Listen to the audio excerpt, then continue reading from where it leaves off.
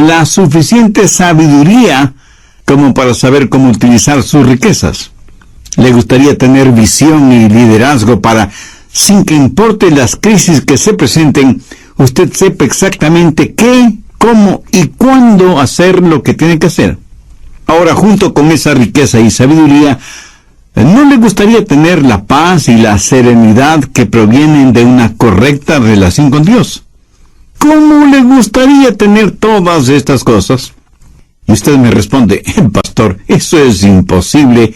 Nadie puede tener esa clase de riqueza, de sabiduría y de adoración. Pues mire, yo le voy a mostrar el camino y juzgue usted si lo que voy a decir no es más que una falsa propaganda. ¿De acuerdo? Bien, hablemos de la riqueza. Busque Mateo 5:5. Bienaventurados los mansos, porque ellos recibirán la tierra por heredad. Eso, mi amigo, es riqueza indescriptible. ¿Y qué de la sabiduría, de la guía que uno necesita? Veamos el Salmo 25:9. Encaminará a los humildes por el juicio, y enseñará a los mansos su carrera. ¿Y qué de la paz y de la serenidad que queremos tener? Veamos Mateo 11, los versos del 28 al 30. Venid a mí todos los que estáis trabajados y cargados, y yo os haré descansar. Llevad mi yugo sobre vosotros, y aprended de mí, que soy manso y humilde de corazón, y hallaréis descanso para vuestras almas, porque mi yugo es fácil, y ligera mi carga. ¿Cómo trabaja eso en nuestras vidas?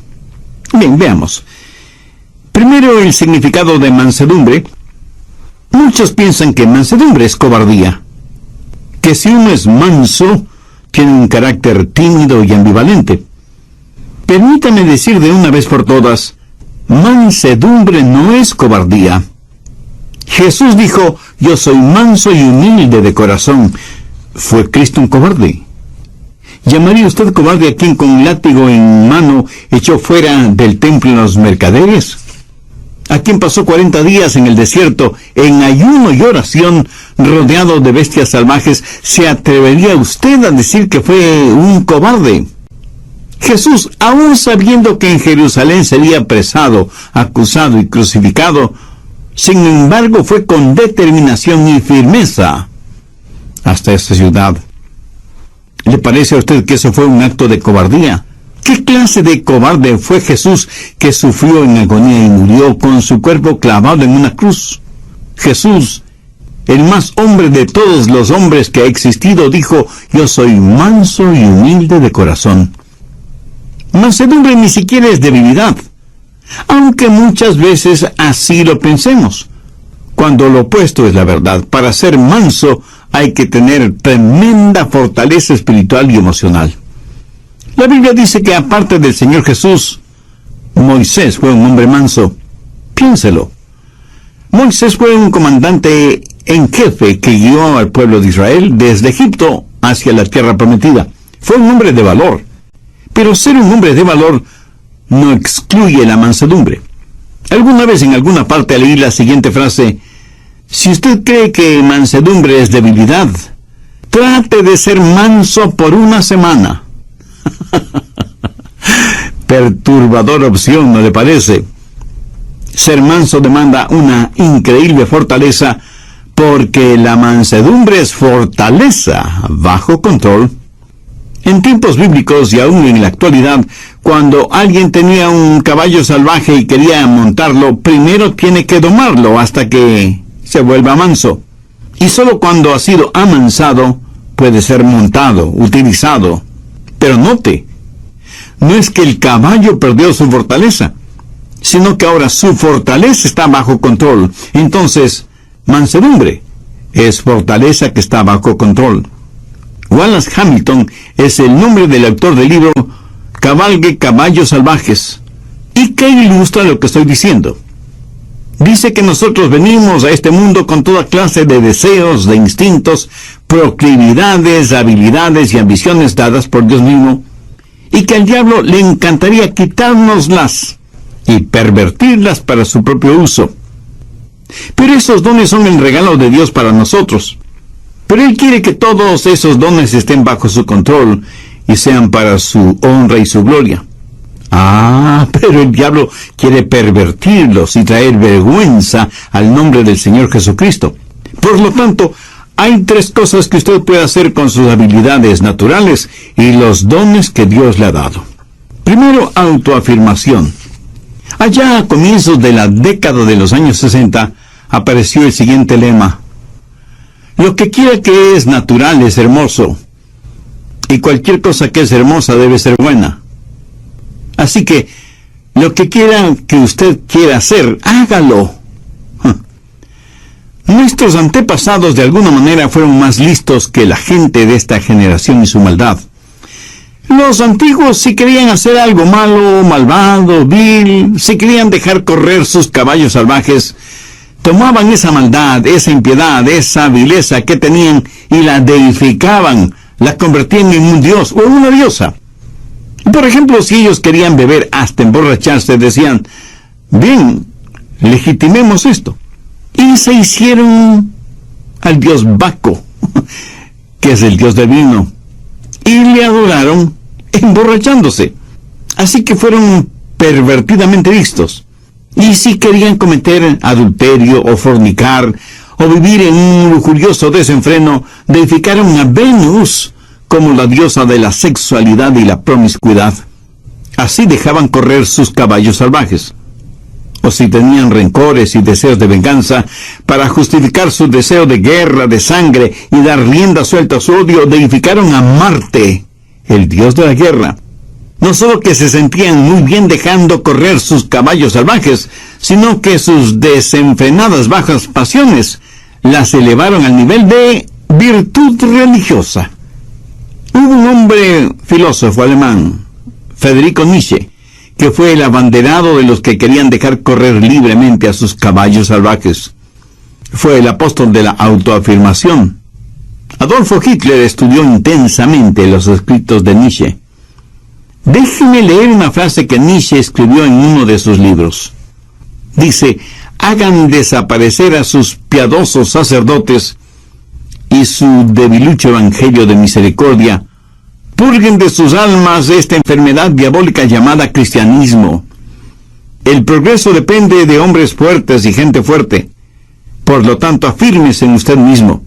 Sea un superhombre. Y Hitler fue convencido de esto, y el resultado fue la invención de los hornos de gases para aniquilar a los judíos. Segundo, el autocontrol. Solo restrinja, reprima sus deseos. Mutile al jinete del caballo. Eso, mi amigo, es una forma de budismo. Los budistas tienen esa clase de religión. Razonan que si las personas no pueden llevarse bien y no tienen paz consigo mismas y menos con los demás, es porque sus deseos no tienen restricciones, y esto les guía a vivir una vida de frustración. Entonces el budista dice: usted tiene que llegar a un punto en donde ya no tenga esos deseos. Tiene que sublimizar todo deseo, amortiguar sus pasiones hasta alcanzar el nivel nirvana, el lugar en donde no siente ni es nada. Es como si a usted le cortaran la cabeza para eliminar el dolor de cabeza. ¿Cómo verá? Esa es una especie de religión negativa, de fe negativa. El cristianismo es una fe positiva. Dios no elimina al jinete ni mutila al caballo. Lo que hace Dios es tomar ese deseo, esa fortaleza, esa ambición, esa habilidad, todo lo que Él mismo nos ha dado, dársela al Señor Jesucristo y dejar que Jesús controle nuestra vida. Anote Romanos 6:19. Así ahora, para santificación, presentad vuestros miembros para servir a la justicia. ¿Qué es lo que Dios quiere hacer? Dios quiere tomar sus habilidades y sus deseos y ambiciones y mutilarlos. No, de ninguna manera. Lo que Dios quiere hacer es controlarlo para su gloria. Por ejemplo, digamos que usted tiene un temperamento volátil. Dios dice que no debe perder su temperamento y que más bien debe aprender cómo usarlo. Mire lo que dice Efesios 4:26. Airaos, pero no pequéis. El mismo Señor Jesús, cuando vio que los mercaderes habían hecho del templo un lugar para sus negocios no muy honestos, que digamos, se iró, se enojó, fue movido a ira.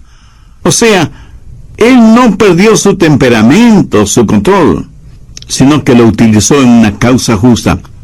Mi amigo, si usted me dice que no tiene temperamento, entonces algo no está bien con usted. Jesús quiere controlar su temperamento para su gloria. Debe haber ciertas cosas que deben disgustarle, enojarle, hacerle perder su temperamento. Por ejemplo, la industria pornográfica, el tráfico de drogas, la explotación sexual de mujeres y de niños y toda la depravación actual que está convirtiendo al mundo en un desierto espiritual, moral y ético. Un desierto lleno de fieras feroces.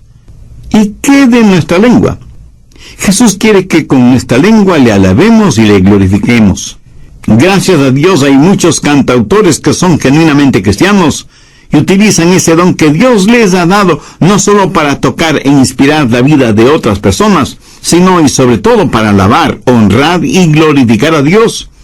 Y Dios nos da dones y talentos, naturales o especiales, no para que nos volvamos orgullosos de tener esos dones y talentos, sino para que con ellos alabemos y bendigamos a Dios. Y eso también, amigo, es fortaleza bajo control. Generalmente usamos nuestra lengua para criticar negativamente, para insultar, para vejar al prójimo, para quejarnos, para expresar nuestra ira, para vocalizar nuestro enojo. Pero cuando Dios toma el control de nuestra lengua, ¿qué es lo que sucede? Mateo 12:35 tiene la respuesta. El buen hombre del buen tesoro del corazón saca cosas buenas. ¿Tiene usted ambiciones? Y no faltará quien de inmediato me diga, el pastor, ser ambicioso es malo. Amigo, ¿en dónde aprendió usted ese disparate? Si usted no tiene ambiciones, no es un ser humano. Escúcheme, una cosa es ser ambicioso y otra cosa es ser codicioso, avariento, egoísta. Su ambición no debe ser por tratar de ser el mejor, el más influyente, el más importante o el más poderoso. Su ambición debe ser la misma ambición que tuvo el apóstol Pablo, querer ser como Jesús. Que Jesús viva la vida de él en la vida de Pablo. Esa es una santa, sana y noble ambición. Eso es fortaleza bajo control. ¿Cómo puede usted ser una persona mansa? Busque la epístola de Santiago, capítulo 1, desde el verso 21.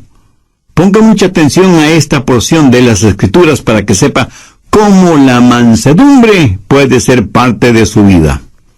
Por lo cual, desechando toda inmundicia y abundancia de malicia, recibid con mansedumbre la palabra implantada, la cual puede sanar vuestras almas.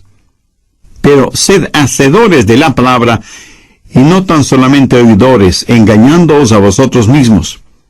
Aquí el Señor nos dice que debemos recibir con mansedumbre la palabra. Ahora, ¿por qué debemos recibir con mansedumbre la palabra? Porque la mansedumbre es fortaleza bajo control. Y para ser controlado por el Señor, usted tiene que conocer su voluntad y su camino. Y para conocer la voluntad y el camino de Dios, usted tiene que conocer su palabra. Por lo tanto, tiene que recibir la palabra con mansedumbre. Escúcheme, ni usted ni yo sabemos ni la milésima parte de cómo guiar nuestra propia vida. Se explica ahora por qué, aún siendo creyente, fracasamos tantas y tantas veces. En una sala judicial a un hombre le preguntaron, ¿jura decir la verdad, toda la verdad y nada más que la verdad, con la ayuda de Dios? Y el hombre respondió, si yo supiera la verdad, toda la verdad y nada más que la verdad, entonces sería Dios. Ingeniosa respuesta que encierra todo el mundo de teología. Necesitamos guía. Te puedo asegurar que Dios sabe lo que nosotros no sabemos. Así que si usted es una persona llena de mansedumbre, usted tiene que poner su vida en las manos de Dios para que le guíe. Si quiere que Dios le dé bienestar económico, sabiduría y adoración profunda, entonces tiene que recibir la palabra de Dios con mansedumbre, la cual, o sea, la palabra de Dios, puede salvar su alma. De acuerdo a Santiago, 3 cosas son necesarias. Primera, debe haber un espíritu de arrepentimiento. Santiago 1:21, por lo cual desechando toda inmundicia y abundancia de malicia. Ahora, ¿qué significa esto? En el griego la palabra inmundicia significa tener el oído tapado con cera. Por lo tanto, hay que eliminar el exceso de cera en el oído. Y la aplicación espiritual es fácilmente comprensible. Pero, ¿cuál es la cera espiritual que tapa nuestros oídos? La abundancia de superficialidad. Verá, muchos de nosotros ya hemos sido salvados, pero todavía ha quedado un residuo pecaminoso en nuestras vidas. Y lo que Santiago está diciendo es, limpien sus oídos espirituales de la cera que los está tapando. Un hombre puede domar un caballo salvaje, pero Dios no hace con usted lo que el hombre hace con su caballo.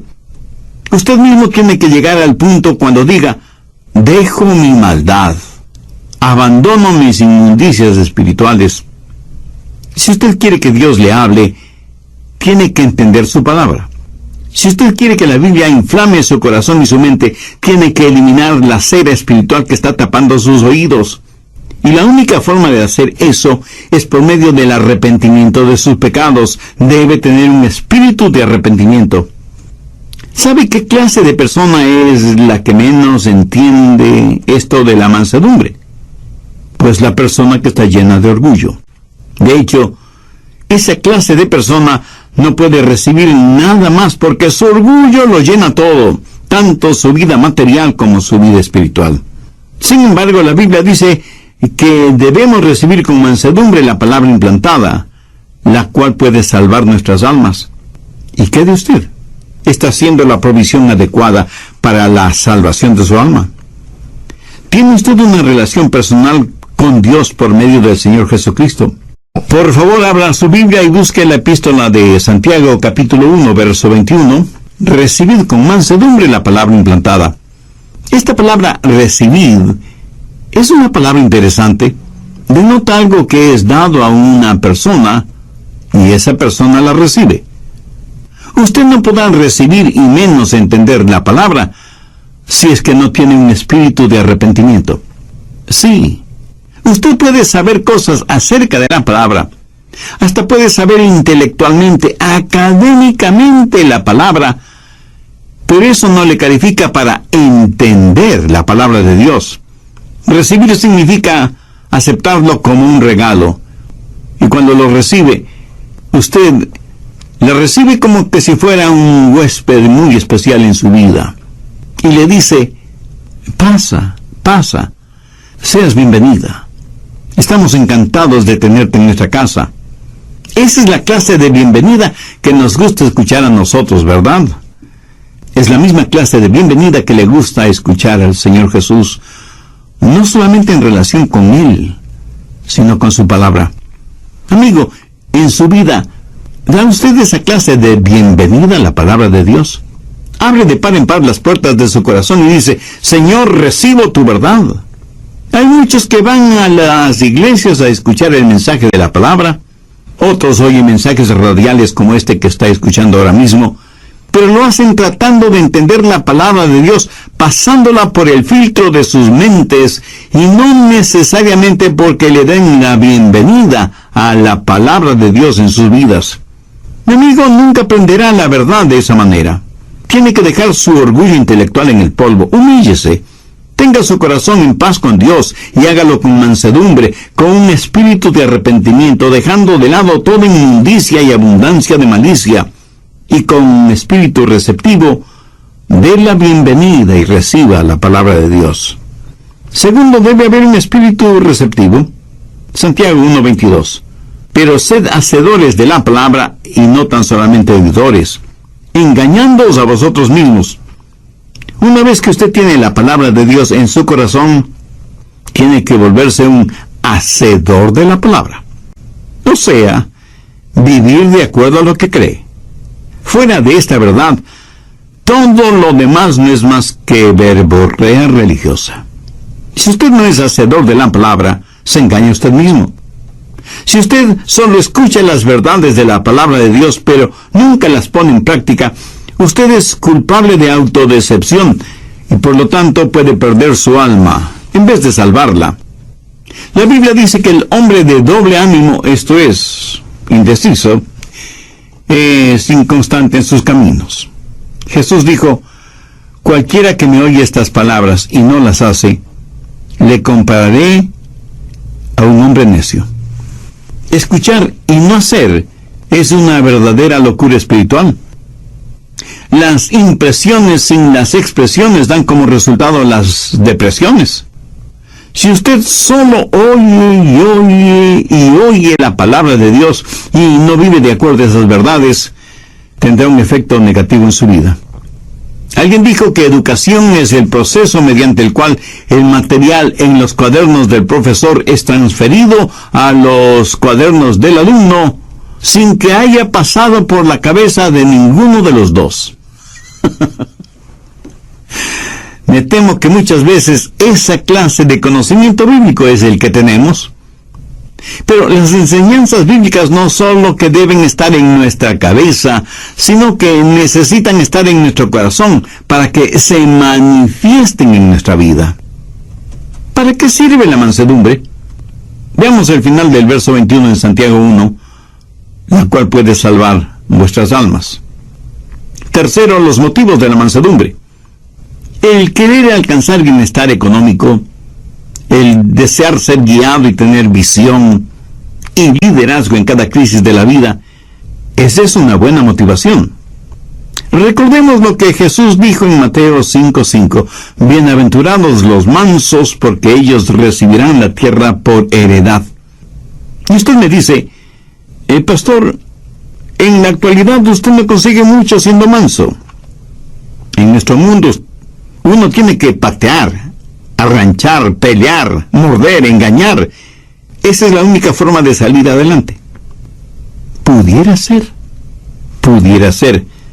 Pero quiero que recuerde que el hombre perdió su herencia por falta de mansedumbre cuando se rebeló contra Dios en el jardín del Edén. La gente hoy en día no es capaz de gozar con lo que piensan que tienen por su espíritu de rebelión. Pastor, ¿qué quiere decir que recibirán la tierra por heredad? Bien, veamos 1 Corintios 3:21. Todo es vuestro. Veamos ahora 2 Corintios 6:10. Como no teniendo nada más, poseyéndolo todo. Ahora, ¿qué significa todo esto? La tierra y todo lo creado son propiedad de Dios. Nosotros pertenecemos a Dios. Por lo tanto, todo lo que Dios tiene es nuestra herencia, porque somos hijos suyos, coherederos juntamente con Cristo. Y sin embargo, nada es realmente nuestro. Nosotros solo somos administradores, mayordomos de las cosas de Dios.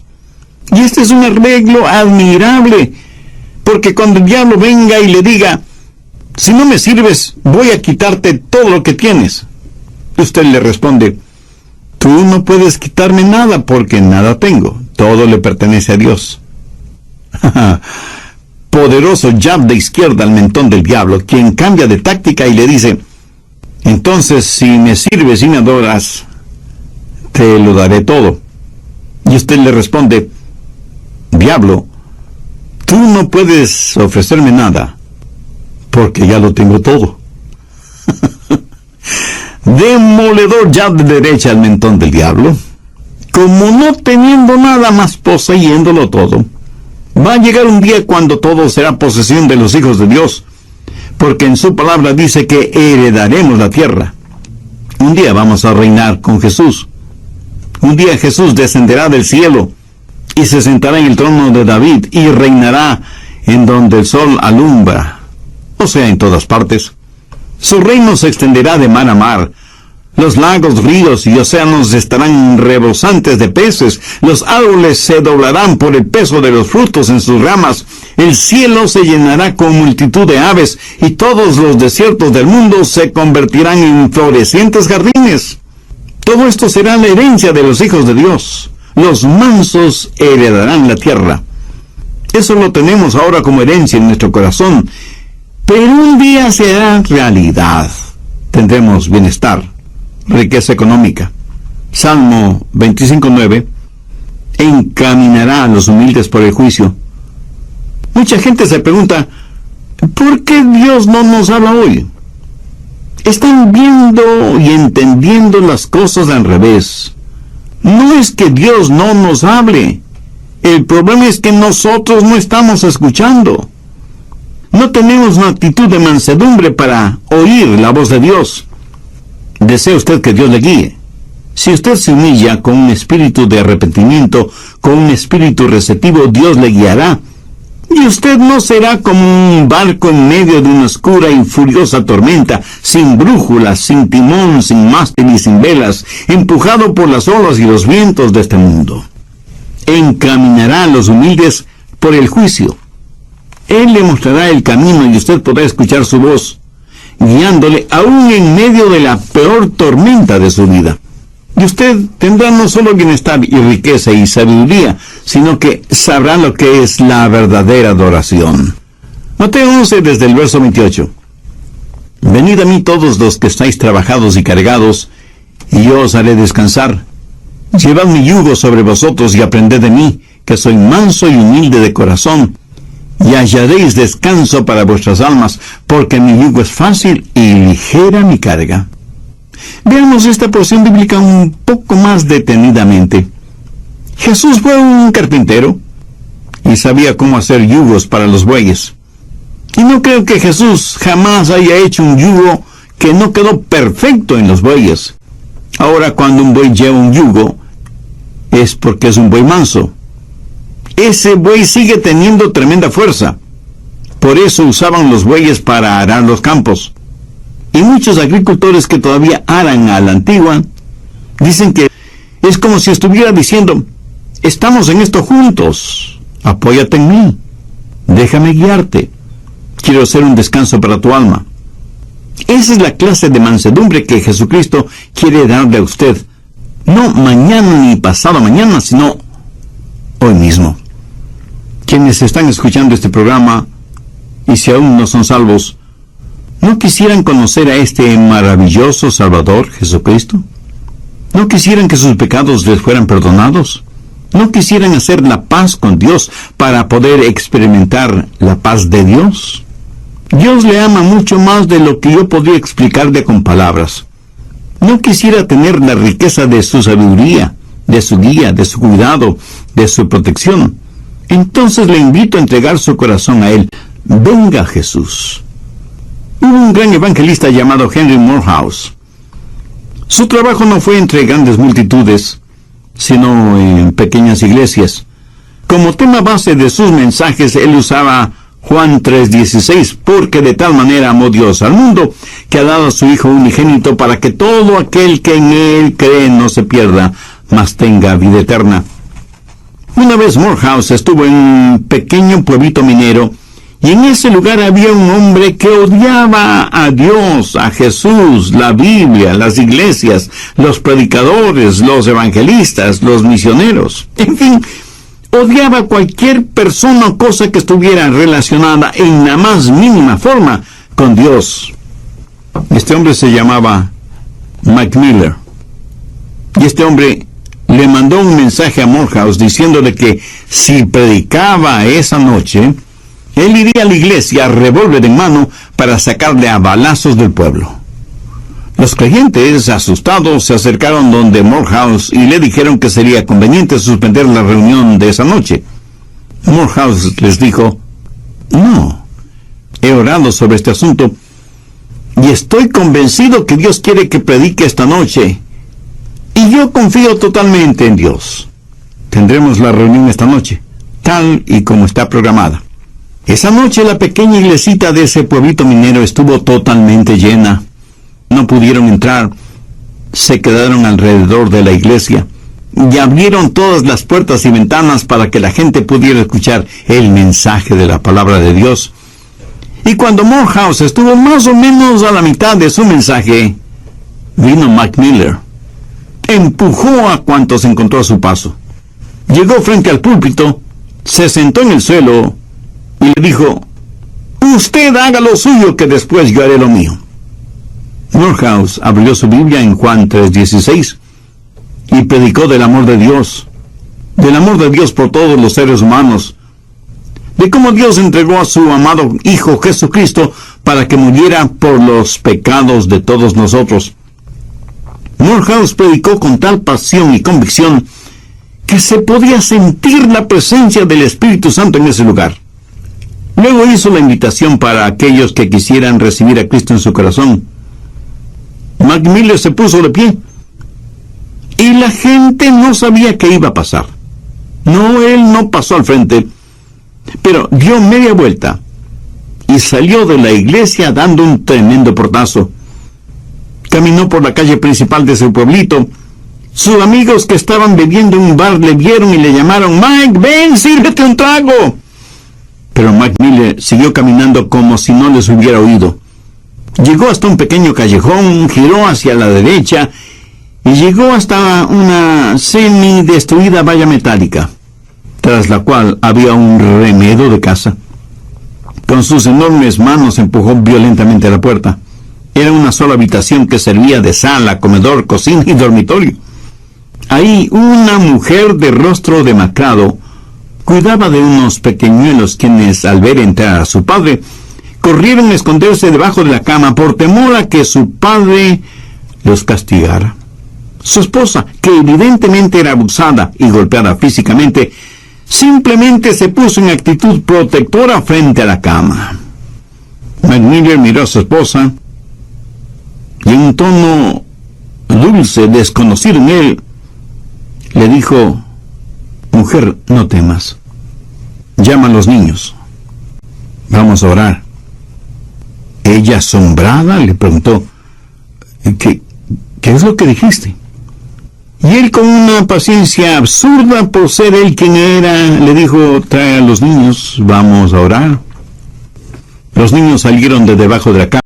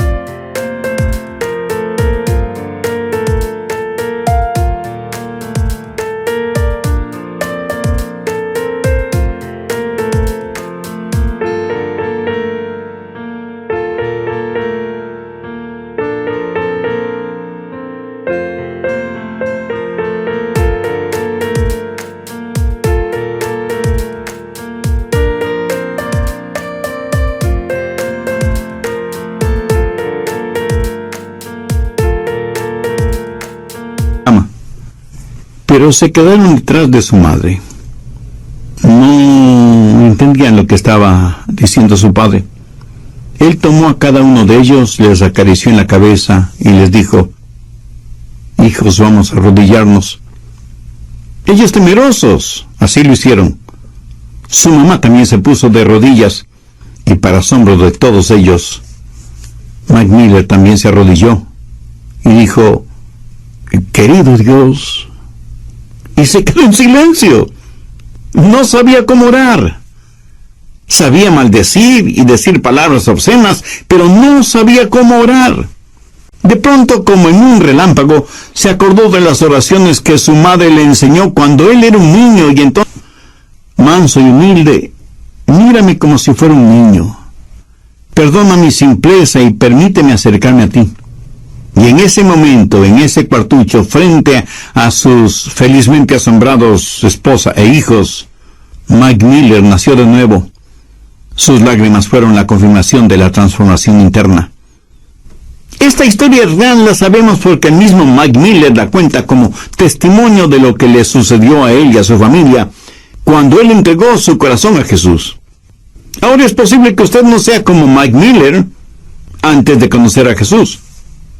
Pero si quiere ser salvo, se salvará de la misma forma en que se salvó Mac Miller. No hay uno solo de ustedes que sea tan malo que no pueda ser salvo, o que sea tan bueno que no necesite ser salvo. Jesús dijo: venid a mí todos los que estáis trabajados y cansados, y yo os haré descansar, porque mi yugo es fácil y ligera mi carga. Si en su corazón usted siente el ardiente deseo de hacer una decisión por Cristo, no se quede con el desear. Pase de inmediato al actuar. Humíllese delante de Dios, arrepiéntase de sus pecados, pídale a Dios su gracia y misericordia. Reconozca el sacrificio que Jesús hizo en la cruz del Calvario al morir por usted, para pagar el precio de la deuda de sus pecados, e invítele a que venga a morar en su corazón como su Salvador y Señor, y pídale que le ayude a ser la clase de persona que Él quiere que usted sea. Permita que Dios le use como un instrumento útil y de bendición en la vida de